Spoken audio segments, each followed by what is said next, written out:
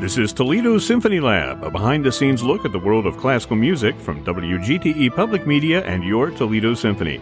I'm Brad Cresswell. Joining me today are the Toledo Symphony's president and CEO, Zach Vassar, our music director, Elaine Trudell, also principal second violin and artistic administrator, Merwin Siu, and we have two special guests joining us today. Here in the studio, we have the TSO Horn Player, Emily Price Dietz, and also by phone, we're talking with BGSU musicologist Ryan Ebright.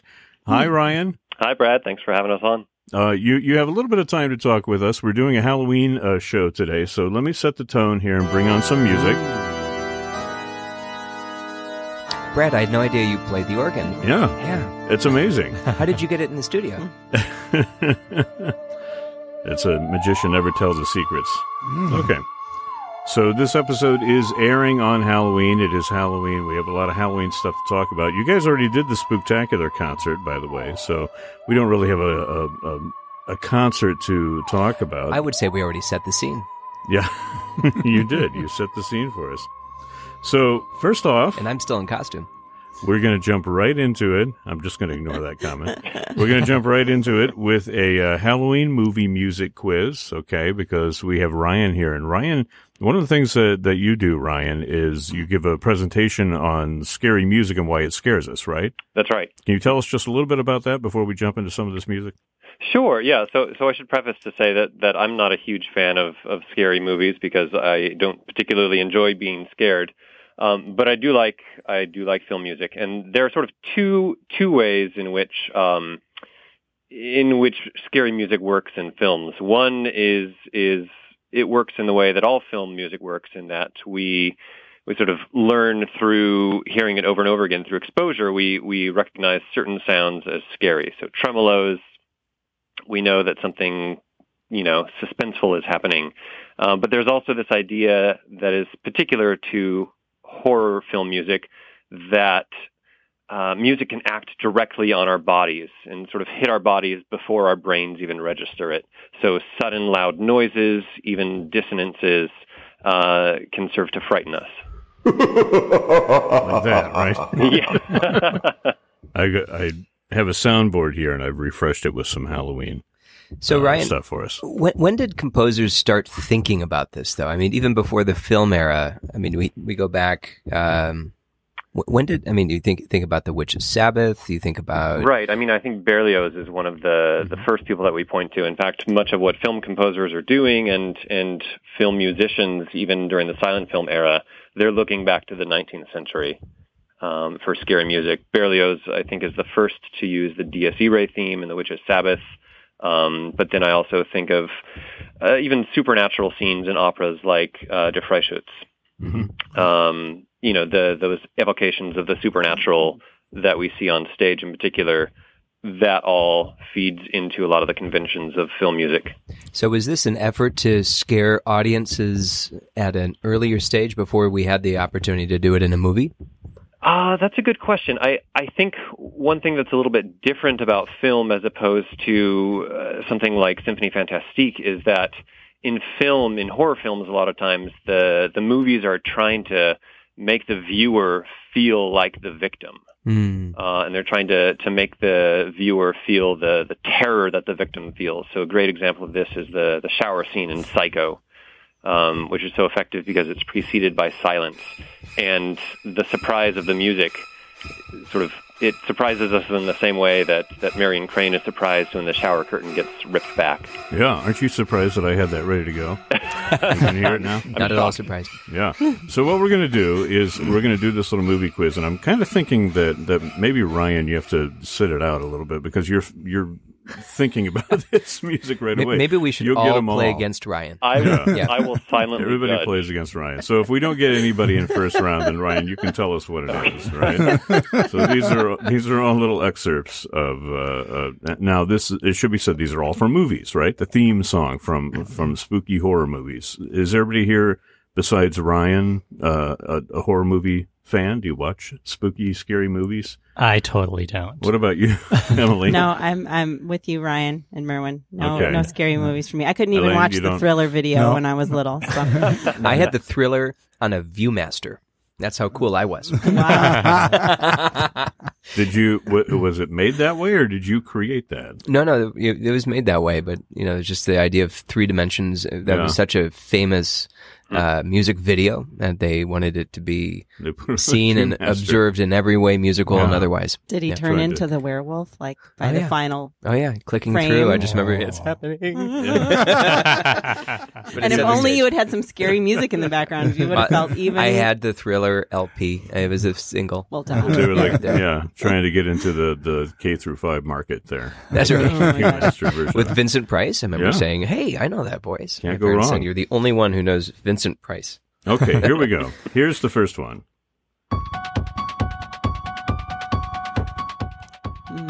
If you know it, just say. Isn't this a Lance walk-up music? Friday the 13th? No, close. The other one. Nightmare on Elm Street. There it is. No. Close. No, close. Ryan knows what it is, obviously. Music Original Halloween. written by the director, actually. Yeah, you're right, Merwin. Halloween? Merwin got it, the original Halloween. Yeah. And you know what? I just heard a thing on NPR a couple of weeks ago with that. They're talking about the reboot of the series and how he had like 6 little excerpts he made on the synthesizer that made him all this money. Yeah. Wow. If only we could all be so industrious. Synthetic. Huh? Okay, here's one. I love this one. See if you can get it.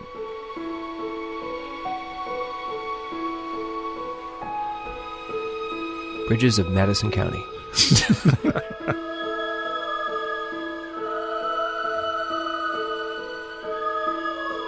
This would be on my list of like scariest of all time. Yeah. Is this The Grudge? Nope. Earlier, classic film that has been remade, and it also had about 27 sequels. No. What, do you know what it is? Drawing a blank. Burnt Ryan? Offerings? No. Lalo Schifrin is the composer. It's the Amityville Horror. Amityville Horror. Okay. Amityville Horror. I just want everyone to know that Ryan didn't know that either. Yeah, I feel better. Yeah. Okay, Now you can all judge me. Too late. Yes, exactly. Okay. We'll. Here's number 3. Oh, yeah. Go for it. Well, you know what it is. Go ahead and say it. The Exorcist. The Exorcist. How do you say The Exorcist in French? L'exorcist? Oh.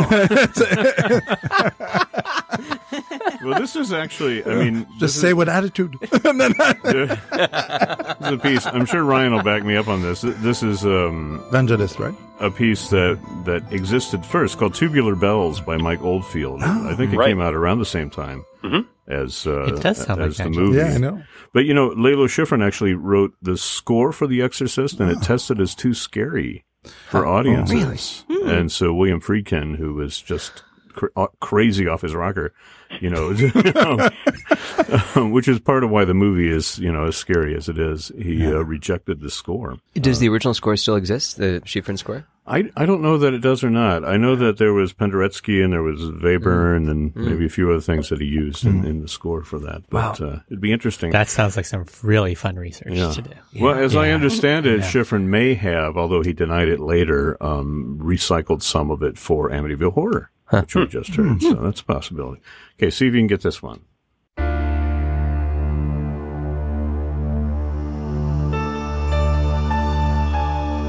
Somebody actually mentioned this movie earlier. It's either Nightmare on Elm Street or Friday the 13th. Could be The Grudge. Yeah. But Merwin that has a sounds thing like for The Grudge. I did. He has a grudge against it. No, that was Nightmare on Elm Street. That was Nightmare. Charles Okay. Bernstein. Okay, next one. See if you can get this.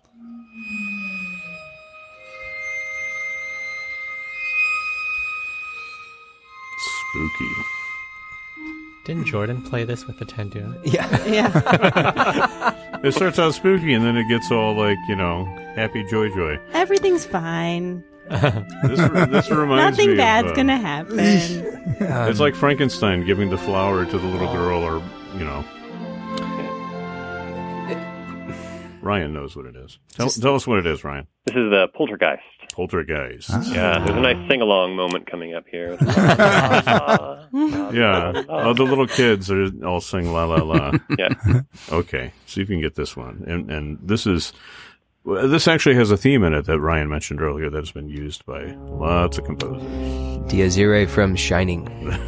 Really? Yep. Are you looking at my paper? Nope. That's my favorite opening of any movie. Is it just starts with the music, black screen, and then you see this creepy little car driving around. I'm like, that's amazing. Creepy. Okay, here's the next one.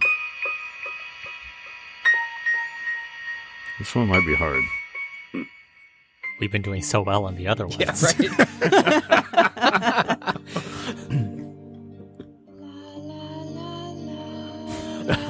Emily's face just went like you saw a horror film. Yeah. Doesn't take much for me. It's a little creepy. It is. Yeah. I feel like I've seen but I this one, can't too. put my.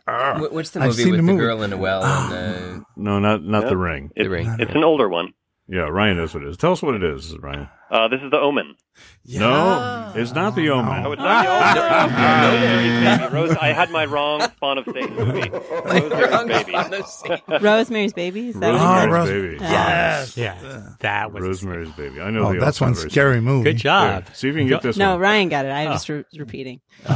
No, you should always take credit. Let's go back and re-record that. Oh, this is easy. Oh, yeah. We already talked about this one, too. I think it's pronounced Pizzico. Is it how you say it in French? Psycho? The Psycho Psycho. adventure? Okay, good. Okay, see if you can get this one. This one might be hard.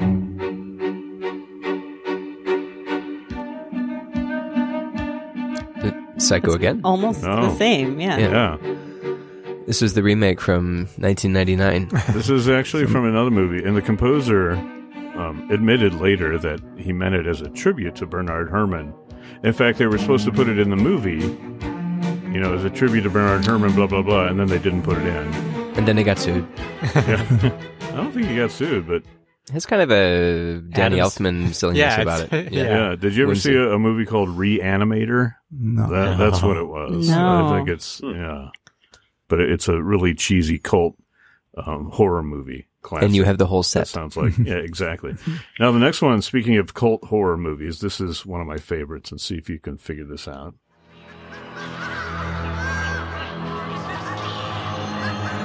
And if you haven't seen this movie, I urge you to rent it, definitely. Especially if you don't like scary movies.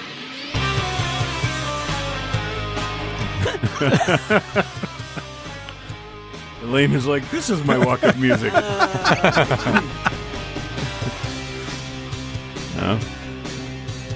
Well, it's got that real kind of, 80s, Authentic 90s sound. feel to it, and you heard a little bit of the March of the Gladiators there with the dee. So that should be a clue, right? Circus clowns, killer clowns from outer space. Oh, killer clowns from outer space. Oh, killer.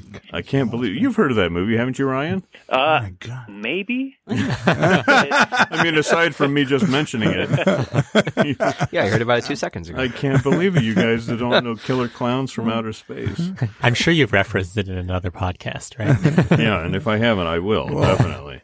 So let me bring up the scary heartbeat again. Here we go. Ryan, let's talk a little bit about how some of those sounds scare people. Mm-hmm. Like, the high-pitched noises, like the psycho strings. Mm-hmm. What does that do to the nervous system? It kind of like makes you think of creepy crawlies. Right? Yeah. So I think there's some research showing that dissonant sounds and the way that the sound waves hit the membranes in our ear, we actually perceive it as rough or unpleasant. Yeah. So even before our brain registers as tone cluster, if indeed it does, our bodies respond to it as something uncomfortable. And then of course loud sudden sounds, such as when the strings come in Psycho, were designed to react like that. Right.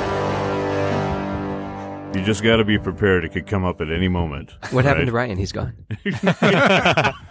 Ryan. He's on the other side of the TV right now, the TV screen. So obviously loud noises are going to scare people, right? But What about this thing of, and I found this in some of the excerpts that we played, like Amityville Horror and Poltergeist, where they take this theme of innocence, like little children, and then you're like, oh, it's not so innocent, it's actually evil.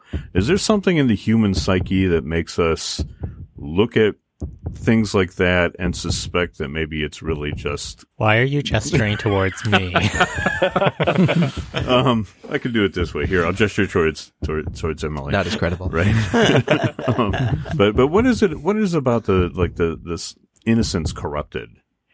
That's a good question, and I don't have a definite answer, but it's certainly a technique that composers like to adapt, is taking this idea of something that is familiar to us and then twisting that or perverting it in some way. So, of course, taking a lullaby and making that, putting it in a minor mode, giving it this sort of eerie instrumentation, orchestration, it makes us uncomfortable because it's not what we're accustomed to.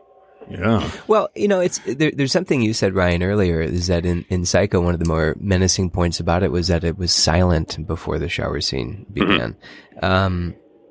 Silence can be really terrifying if used right. So it's like the anti-scary music is just no music. Yeah. But let's go back. I mean, Bach, Toccata and Fugue in D minor, was that meant to be eerie and terrifying? Oh, I don't think so. I don't think so. I think we've added that through the years. Yeah. It's the Phantom of the Opera. I blame Phantom of the Opera. Not Andrew Lloyd Webber, but going back to Lon Chaney and all those classic monster films. Well, what's the last thing that scared you? What was the last scary thing that happened to you? My son has learned the fun of hiding around a corner and then jumping out. This is a new thing in our house. And so just maybe 4 days ago, he got me really good. I let out a really girly scream so because he was just waiting around the corner. You. Yeah. We should mention how old he is. He's almost 10. Okay, right. Yeah. He's not like 20. Right.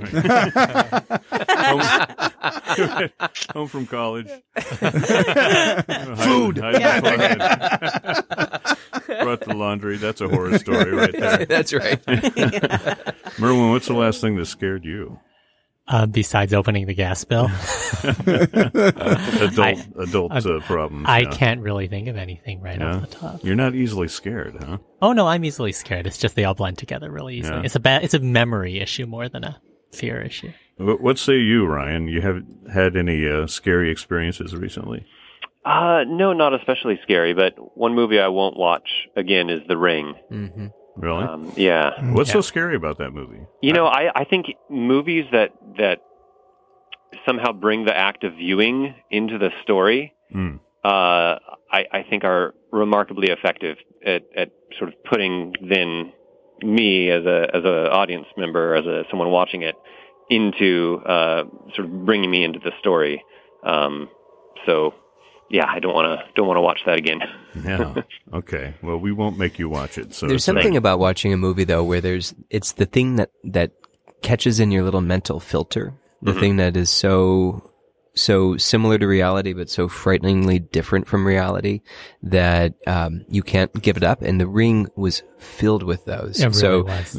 Pictures of dead horses on the beach. You're like, oh, that's not typical. Disturbing. That's disturbing. And then you can't, or the picture of somebody looking in the mirror and no reflection looking back, or the fly moving in a still photograph. Right. Or, yes. Or the contorted faces of those who watch the film. I mean, there were so many things that even now, just off the top of my head, I still remember these things. And that kept me up for an entire night. People listening are either thinking, I will never watch The Ring, or they're like running out and they're going to rent it right away. But it's kind of fun. I love asking, I want to get really scared tonight. What's the scariest movie you've seen recently? And fortunately, they've come out with so many terrifying ones. They've gotten really good at these really low budget but excellent and scary movies lately. Well, let's. I asked all of you to give me an example of music that scares you, scary music, and not necessarily meant to be scary, although some of it is sort of meant to be scary. And I thought it was interesting that two of you actually chose the same excerpt. And here it is. And you can tell me what it is.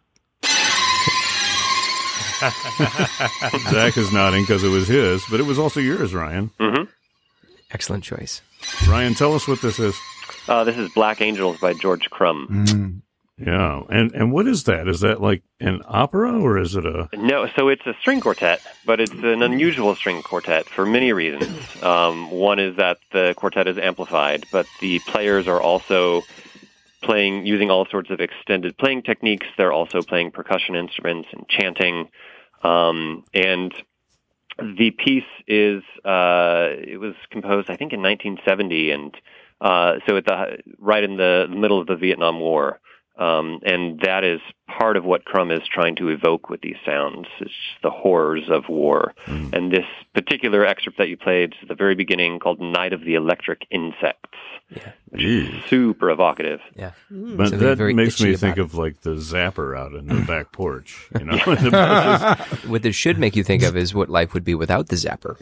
Oh, okay. Oh, good. Ryan, I chose the same piece because I remember very clearly the first time I heard it recording, and Kronos recorded it. I love what they do. And there was this sense of when you see a scary movie and there's something wrong, there's something so wrong about it, and you can't even process what you're looking at, or a really scary dream that wakes you up and it's sweat because it just was so wrong, and there's something kind of slack-jawed, and you're just watching badness happen. That's how I felt when I first heard this CD.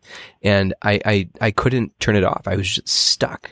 I was forced to listen to it. My body would not turn off the CD, but all I wanted to do was stop it. That's so funny because as a string quartet, as a violinist, I was like, I have got to play some of this. Yeah. It's a dream of mine to be able to play this piece. Have not had the chance to play it yet. I'm sure it'll happen when you do your 24-hour George Crumb festival. Right? That would be a really hard festival. That would be. Just play very slowly. Right? I don't think this piece works slow. So up next is Emily, and this was your choice, Emily. You chose... Oh, it is creepy. You recognize this? That is very good. You want to tell us what it is, Emily? It's the very end of the first movement of Shostakovich's Fifth Symphony. Yeah. Why'd you choose that? It kind of sounds like what we were talking about with the innocent line against the, creepy, the creepy, spooky, ominous sound. I especially.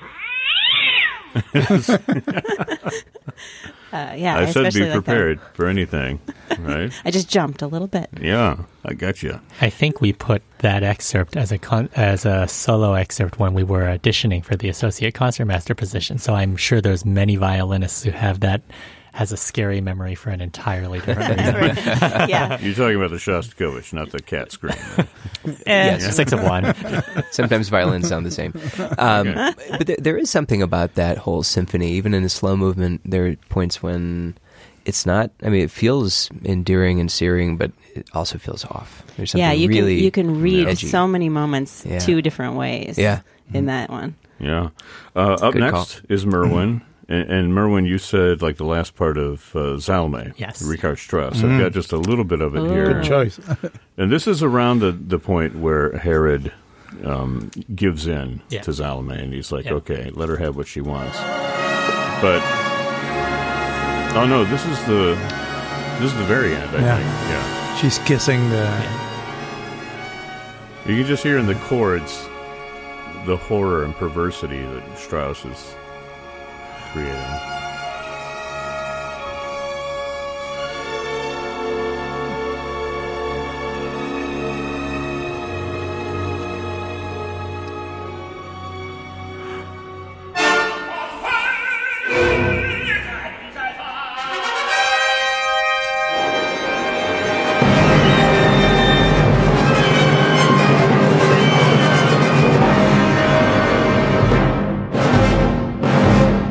You can also tell... Oh, sorry.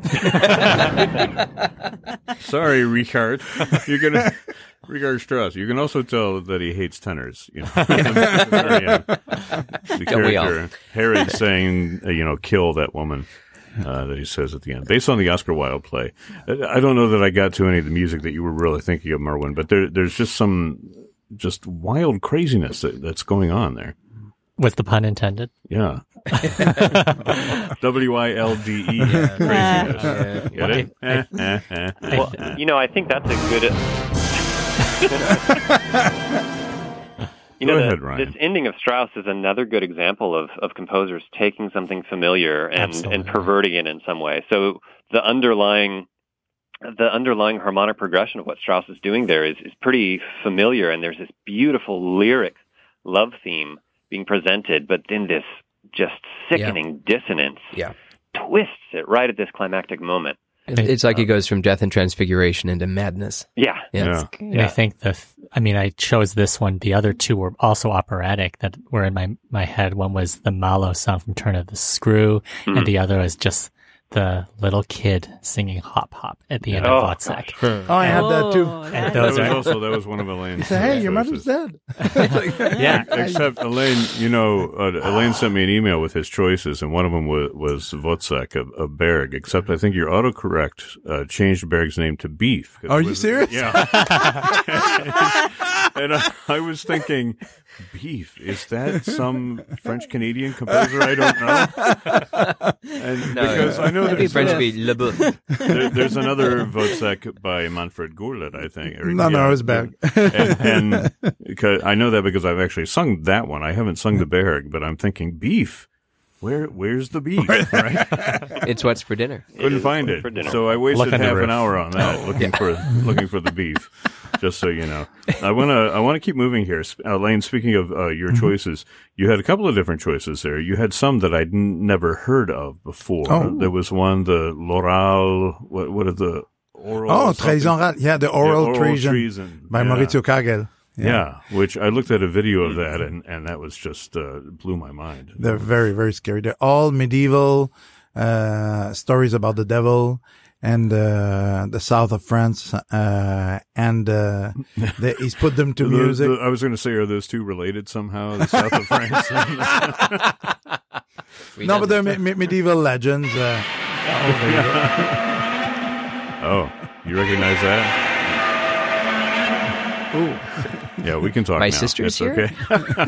Well, I'm going to have to cut that part out. Either that or I'll send her an email, make sure she knows to listen in. So, Elaine, you presented some other things. And I do have a little excerpt here from one of the operas that you mentioned.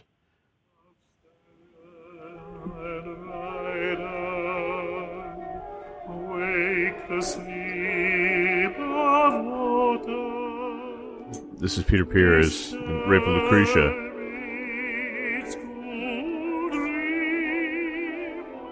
With heart, flank, and shoulder, Tarquinius knows the field is a cross.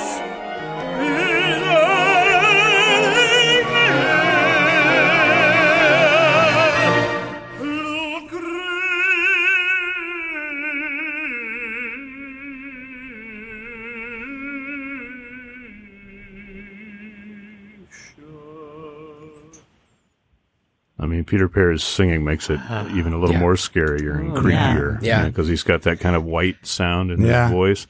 But he's the character of the male chorus describing Tarquinius making his way on his horse to go to Lucretia's bedchamber, basically. And Tarquinius having to overcome the elements to get there. Yeah. And it's just the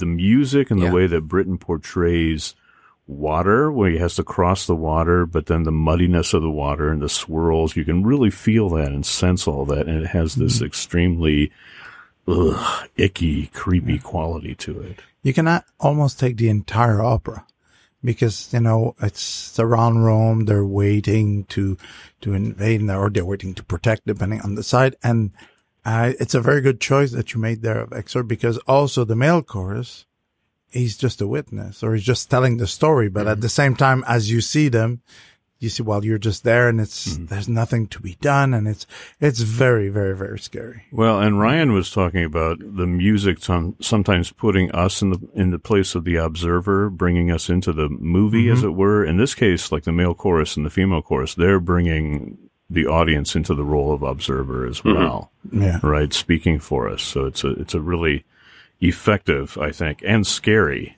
use of music there.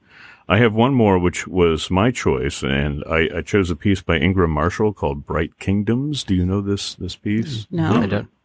He uses a lot of tape that he has collected over the years, and he has some tape of some bells that he did in Venice at one point, and he also has a tape of his son singing this hymn, da da da da da da da da da.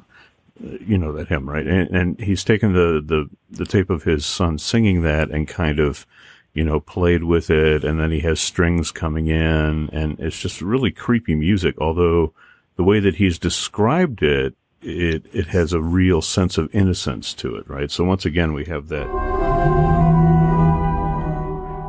sense of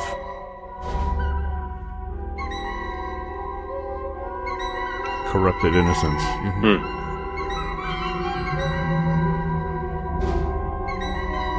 It's like a nightingale that's lost. Yeah. But you hear that drone on the bottom. There's a kind of a bram also.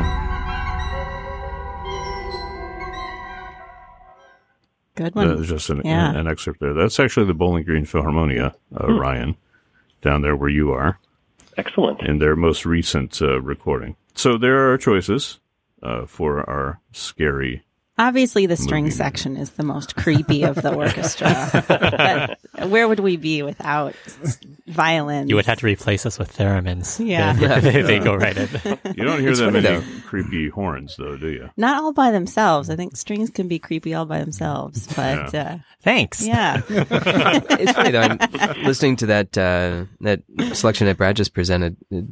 The amount of percussion, though, that is required to be creepy, too. There's something about that, too. Oh, yeah. Yeah. Yeah. Well, percussion has a lot of creepy sounds, as we know. And it doesn't always mean to sound creepy, but it can. Absolutely. Well, we're going to run out of time here. We may have to put some of this stuff on the website as an extra part of the podcast, but I do have a quiz for you guys, a Halloween quiz, right? And since we haven't done it yet and you're here, Elaine, I'm going to bring in your walk-up music. Somehow it sounds creepier now. Yeah. And well, this might be a good time for me to bow out, actually. I've got you've got to teach. Yeah. Yep.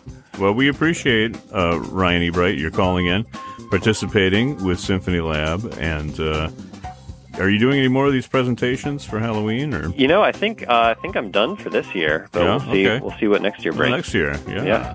Well, thank you again for having me. I really appreciate it. Thanks, Ryan. Thank you. Bye, Ryan. Thank you. Bye-bye. Okay, so this is the music. Whoops. Oh, here, let me press that. There we go. This is the music, Elaine, that we voted on for you for your walk-up music. So we're going to use it for quiz music right now. Okay, very good. Okay. So this is a Halloween quiz. I'm going to start with a little warm-up.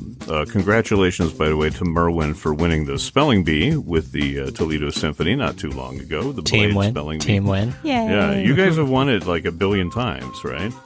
We have a real rivalry going with root learning. I think it's like did they know that? Oh yeah, we're totally aware of this. It's kind of like blue versus green you've got going on there. Yeah. Jets, Sharks, pretty much.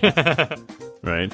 Okay, so I'm going to start with a little warm-up, and this goes to you, Merwin. We're going to test your spelling skills. Oh. Can you spell the word saunophobia? I'm sorry? Saunophobia. Can you give me a fear definition? of salons? Well, an irrational fear of Halloween is called saunophobia. I have no idea. Okay, well, I'm not going to... If you don't know how to spell it, I'm not telling you. Okay. Sounds good. Well, I'll look it up. That's just it's actually spelled SAMHAINOPHOBIA. Whoa. Like, if you read it... Just like in French. Yeah. Exactly. No, the south of France. Exactly. Like the south of France. Okay, here we go. Which of these is Halloween not also known as? Is it All Halloween, All Hallowtide, All Hallows Eve, or All Saints Eve? Hey. Which one of those does not apply I choose strictly A. the Halloween night. All Halloween? Yeah, I say that's it. Second one? Second one, All Hallowtide. You win. Ah. Good. Good for you, Emily. That's All Hallowtide refers to 3 days. It refers to All Saints Eve, All Saints Day, and All Souls Day. So that's the 3 days of festivities there. What is the night before Halloween called? The night before Halloween. Is it Cabbage Night, Mischief Night, Devil's Eye, or Goosey Night? Could be a trick question. I didn't I thought know it was that. Devil's Night. I say it's all the above. What? Devil's, what did you say? It's all of the above, depending on where you are. Cabbage Night. Yeah. My kids would find that terrifying. Yeah. God, cabbage. I gotta dress up as a cabbage again? I didn't hear Costco run. Yeah, really. That's definitely the night before Halloween. Pretty scary. Sometimes that's the morning of Halloween. Yeah. Absolutely. Right? Okay. What year were the famous Salem witch trials held? Was it 1492? Was it 1643? Was it 1693? Or 1776?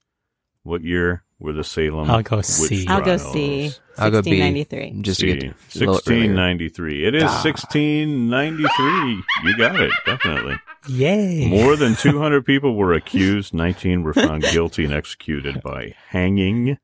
Yeah. really Now I feel scary more time. guilty about my yay. Yeah, right. Careful that. Okay, number 4. Jack-o'-lanterns were originally made out of this vegetable. Potato, turnip, squash, or eggplant. Which one was it? Squash? I'm going to say a turnip. Eggplant? No, A turnip not a would be turnip's not the right size. Squash or It's an eggplant. Was they used You they can't carve an eggplant. How Sure, would it's you? delicious. But don't think of it like a pumpkin. All they Potato. did is they carved out the center of it in the back, and then they put an ember from the fire. Well, then we have a potato. Actually, it was a turnip. Of course. They used turnips. Okay. This is why I was so terrible at standardized testing. Okay.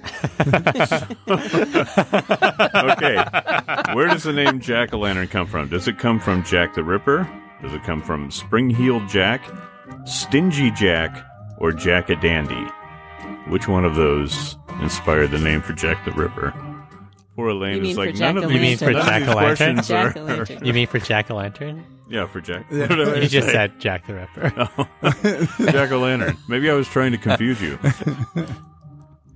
Maybe I confused myself. No, I had It's no scary idea. because it's the second quiz that we've Yeah. had. I know. I feel maybe no math. very confused already. It's actually Stingy Jack. Stingy Jack. Stingy Jack was a drunkard, and evidently Of course he was. and evidently the devil came and wanted to take him away when he was dying, and he made a deal with the devil, and somehow he cheated his way out of having to go to hell, and he did that a couple of times. But by showing up perpetually as a carved pumpkin? Something like what's that. the deal? turnip. Yeah. It was a turnip yeah. at the time. No, Turnip or there's a reason behind it.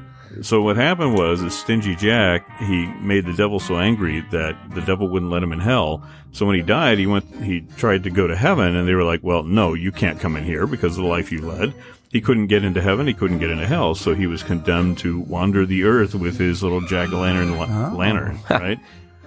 Brad, do you just know this stuff? No. Okay.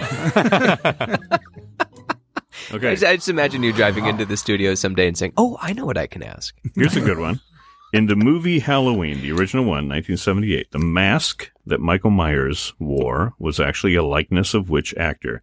Donald Pleasance, Robert Redford, William Shatner, or Vincent Price? Which provided Vincent Price. the mask? Vincent Price? Yeah. No, Well, I'm going to go William Shatner. you're right. William Shatner. See? Canadian. Very good answer. I mean, technically, it was actually Captain Kirk because they found a Captain Kirk mask that they paid $1.96 for, and they spray painted it white, and that's the mask that they used. What do you think of that, Emily? Have you ever seen that movie? No, I will never watch that movie. Halloween. But it has William Shatner in it. Yeah, it does. He's one of Canada's greatest actors. I wonder if he got Well, I couldn't even say that with a straight face. residuals for that. No, you have to say one of Canada's greatest actors, like that, right? Alain already had it, beat me to that punch. So Okay.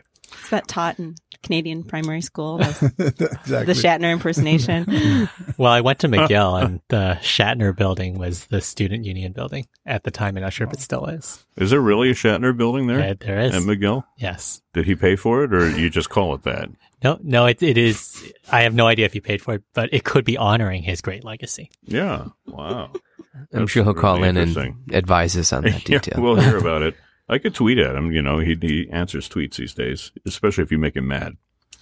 Okay, which of these was not a Hammer horror film sequel to their 1958 Dracula starring Christopher Lee?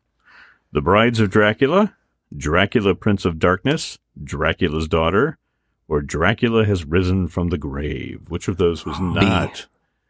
Say again? B. B? No. No. Nope. It's A or C, but I can't. Well, choose one. I know. You're right. I know. Here, I'll choose A, so the answer will be C. Yeah, the answer is C. That's right. The answer is C. Dracula's Daughter. Crushing Dracula's Daughter. That was actually a Universal film Like that was made in the 30s. Oh, wow. All the others were made in the 60s. Okay. Well, here's an easy one. You were going to say something? No. Which ingredient is rarely found in pumpkin spice? Is it cinnamon, clove, nutmeg, ginger, or pumpkin? Pumpkin. Pumpkin. That's right. I got one That was right. too easy. I don't get a soundboard effect for that. Pumpkin is rarely I told you to found. leave my sister out of this. No. That's 2 edits I have to make, right? at least you didn't get the sad trombone.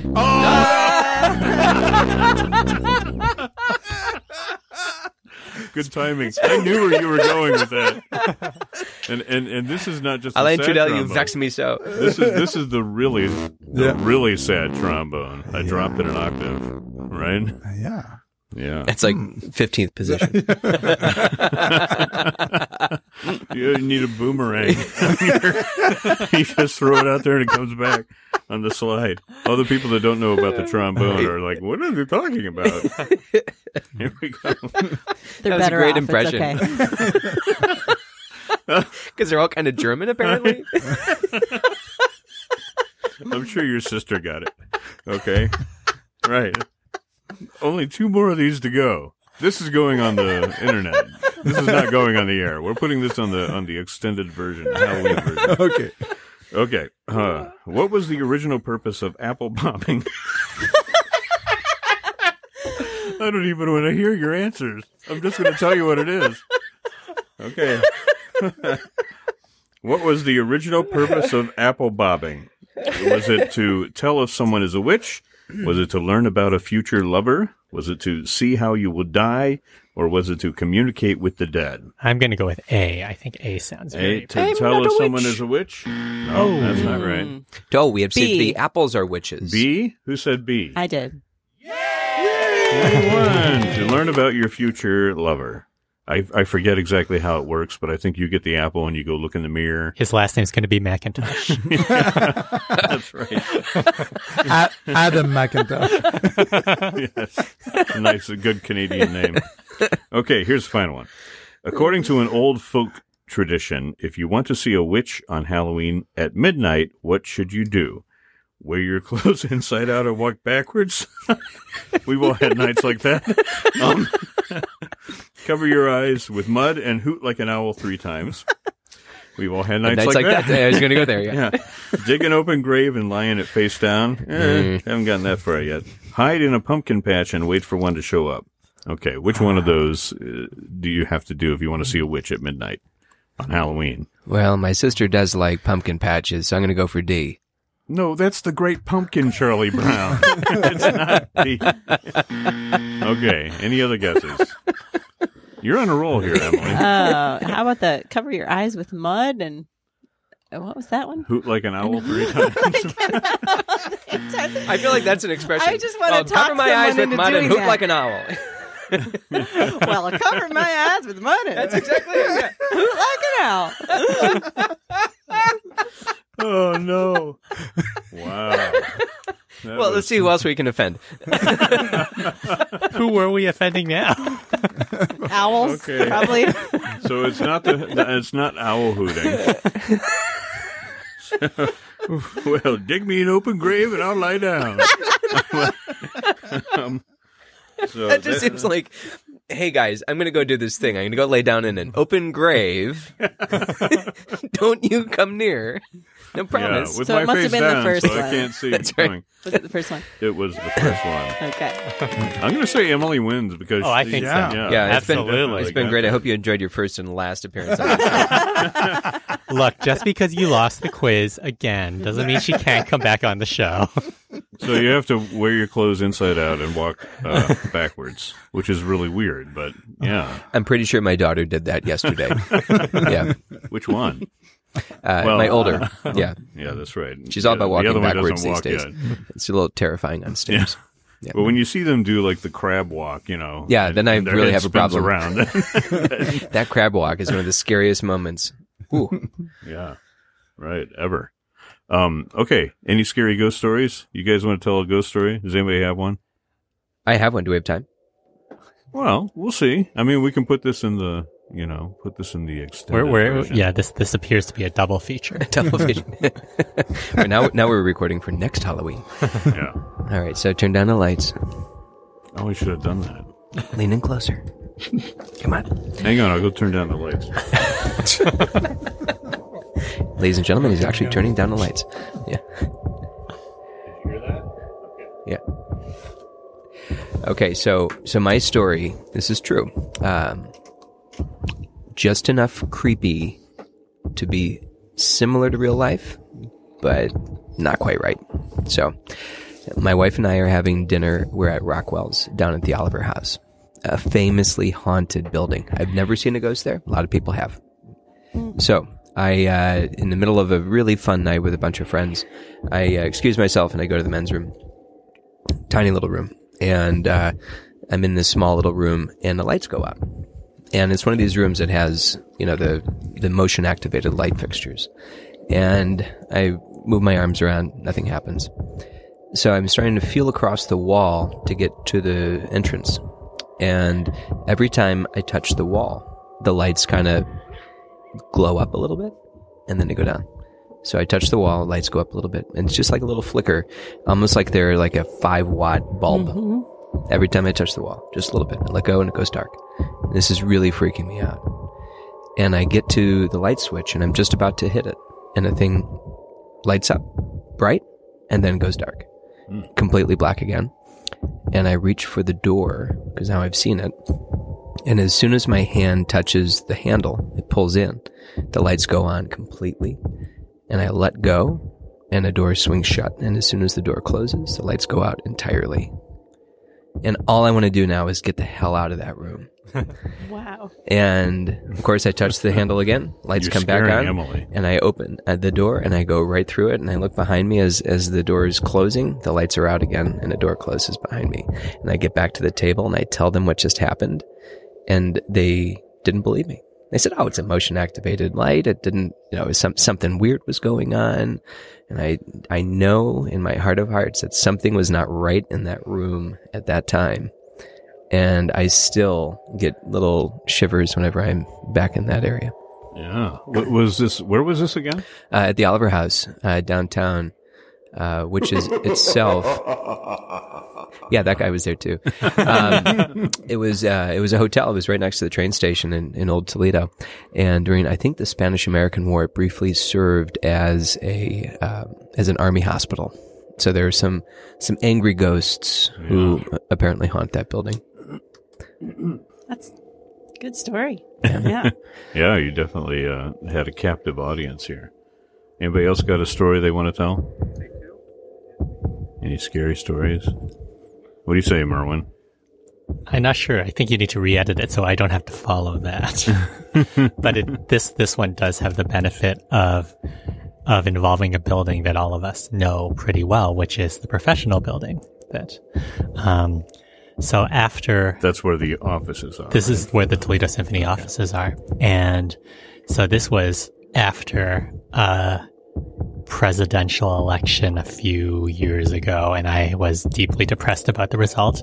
And I had decided to go to see I think it was The Grudge. Actually, I went to see The Grudge to forget about it for a couple of hours. And then, so the next day, I was going to teach a student, and they were just warming up on the second floor. And I walked into the room, and she jumped just a little bit. And I was like, "Oh, I'm sorry, I didn't mean to scare you." And she's like, "Oh no, you by the way, have you seen The Grudge?" And I'm like, Yeah, I just went and saw that yesterday." And she said, "Do you know the elevator in this building is the exact same elevator as the elevator in The Grudge?" And I thought about it, and I was like, "Oh yeah, that's it. That it is kind of true. This entire building really does remind me of that building." And then, so that particular building happens to have a relatively older heating and cooling system, and so it makes all of these knocks and noises. And so I waited, because I knew that at one point the heating system was going to make some sort of like gurgling sound. And then when it did, I turned to the door and screamed, "Oh my gosh, it's a long-haired Japanese woman!" And she flipped out. She jumped like 2 or 3 feet in the air, screamed. Remind me never to get in an elevator with you. I felt pretty bad. Forget that. Send him a student. What a Can you pedagogue. imagine if they actually did that in the film instead of like, screaming? They were like, "Oh my God, it's a long-haired Japanese woman." Oh my God, it's a strange man with bolts sticking out of his neck. No, that's just Earl. Yeah, that's funny. He lives in the Oliver house. Any other scary stories? Well, you guys, you were talking about Black Angel earlier, and that reminded me of something that happened when I was in high school. I grew up on the Mississippi River, and there was a big hill there called Riverside, and there was a cemetery, Riverside Cemetery, right? So the cemetery actually went down the hill a little bit, and then there's a road, and then you can go out to the area where the river is. So in this cemetery, there was a big monument called the Black Angel, and it was literally an angel. I don't know if it was made out of copper or something, but it had basically turned black. It was very dark colored and kind of scary looking, especially at night.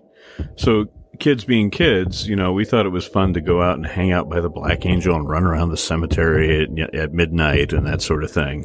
I don't know if that's a normal thing for kids to do, but that's what we did back in the day where I grew up. This explains a lot. Yeah. And so we went out there to the Black Angel, and we were standing around. There were 3 of us standing around looking at the Black Angel. It should be said that the cemetery is all fenced in except for one area at the top of the hill where you can go in. And on the other end, instead of a fence on one side, it just gives way into a forest. And I guess it's just land that is undeveloped and has, probably belongs to the cemetery. But we were standing there, and one of the guys whispers, "Do you see that?" And it's very quiet. And I said, "See what?" And he said, "Look at the woods." And we looked over there, and we could make out the figure of somebody standing there watching us. It was maybe a quarter moon, so there was a little bit of light.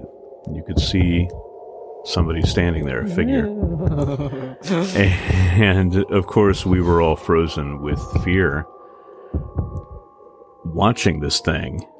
And it starts to walk toward us. Right? So it steps out of the shadows and steps out of the woods, the wooded area.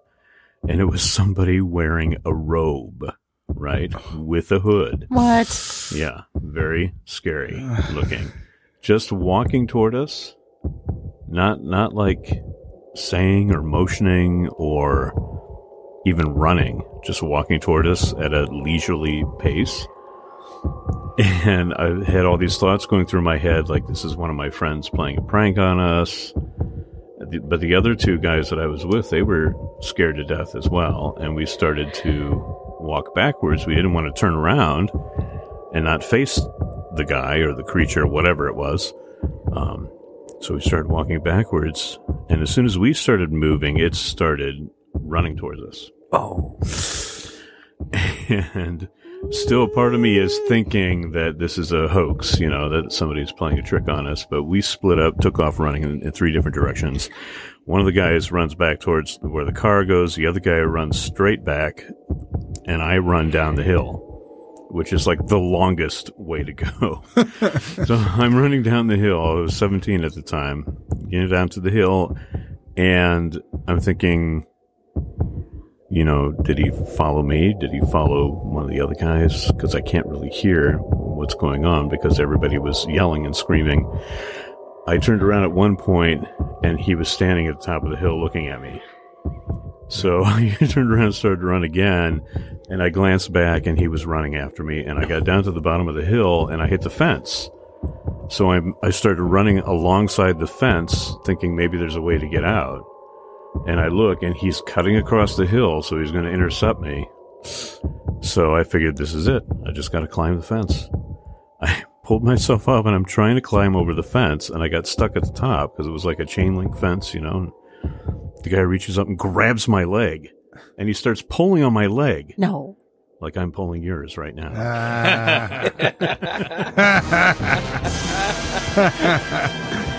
Bravo, sir. Well done. Well done. I thought you were going to say he grabbed your leg and said, you really should think about Geico car insurance. Oh, I told my kids that story. They were like, is that it? Well, you didn't have the soundboard. That's right. The soundboard was very effective. Soundboard Exactly. does. Yeah, that heart. If I had the soundboard, that would have made a big difference. Did you make a segment of everybody's favorite horror movies or something like that? Everybody's favorite horror movies? Yeah. Well, no, we didn't talk about that. I mean, we could go on forever. Of course. With Halloween. Yeah. But we probably have to wrap it up because it's an hour. People listening to it, the special edition, we've gone on for an hour now. We could have kept going. Will they ever end? Yeah, exactly.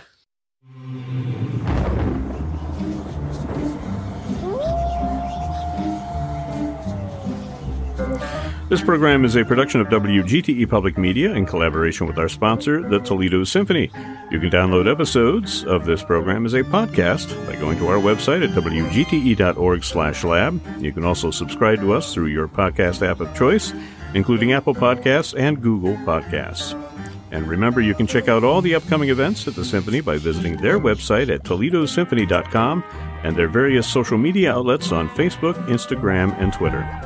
My thanks to Elaine Trudell, Zach Vassar, Merwin Sue, Emily Price Dietz, and Ryan Ebright, who joined us earlier. I'm Brad Cresswell, and this has been Toledo SymphonyLab on FM 91.